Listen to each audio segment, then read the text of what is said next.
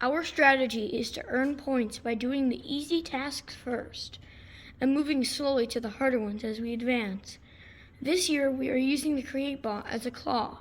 The claw has a servo to open its jaws up to 125 degrees. The claw also has a motor that uses a fishing line to lower and raise it. We will use it to lift the habitats or pool noodles off the small pole and have them drop in areas 2 and 3. Additionally, we will attempt to relocate the astronauts, flip the switch, and unlock the airlock, earning us 55 points. The small robot has a plow. The plow has a servo attached to a channel 3x16 that can move almost 90 degrees each way. We will push the green and red pom-poms on the tape into area 3, sort the orange pom-poms into area 4, and move the lunar rocks to the rock heap, resulting in a whopping 59 points. The plow we made this year was inspired by what we learned from last year's build. It's a simple design, but it worked extraordinarily well.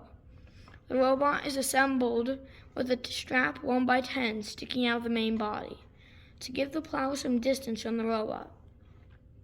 An angle bracket with a servo in it is attached to the strap. Off of the angle bracket is a 1x5 servo horn, which has the plus plate on it. Hanging off of that is the channel 3x16. The plow was first tested at the workshop by scattering the pom-poms around the room and having the small robot push them to a spot. After we got the board up, another team member figured out how to get the robot to push the pom-poms from the black line into area 3. Alas, we have not finished coding. We still need to get the robot to push the lunar rocks into the rock heap and sort the fuel. For the claw, we tested the fishing line that pulls the claw arm up and down.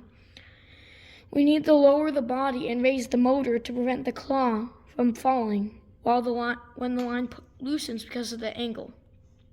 We also need to add more weight to the back so it does not tip over.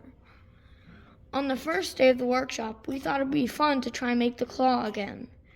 It never had come out ideally because we always had some sort of problem. However, our new recruits liked the challenge. They started by grabbing a servo and mounting it to the robot.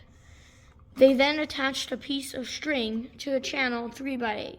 Off that, we put a couple of Lego pieces to make one side of the arm.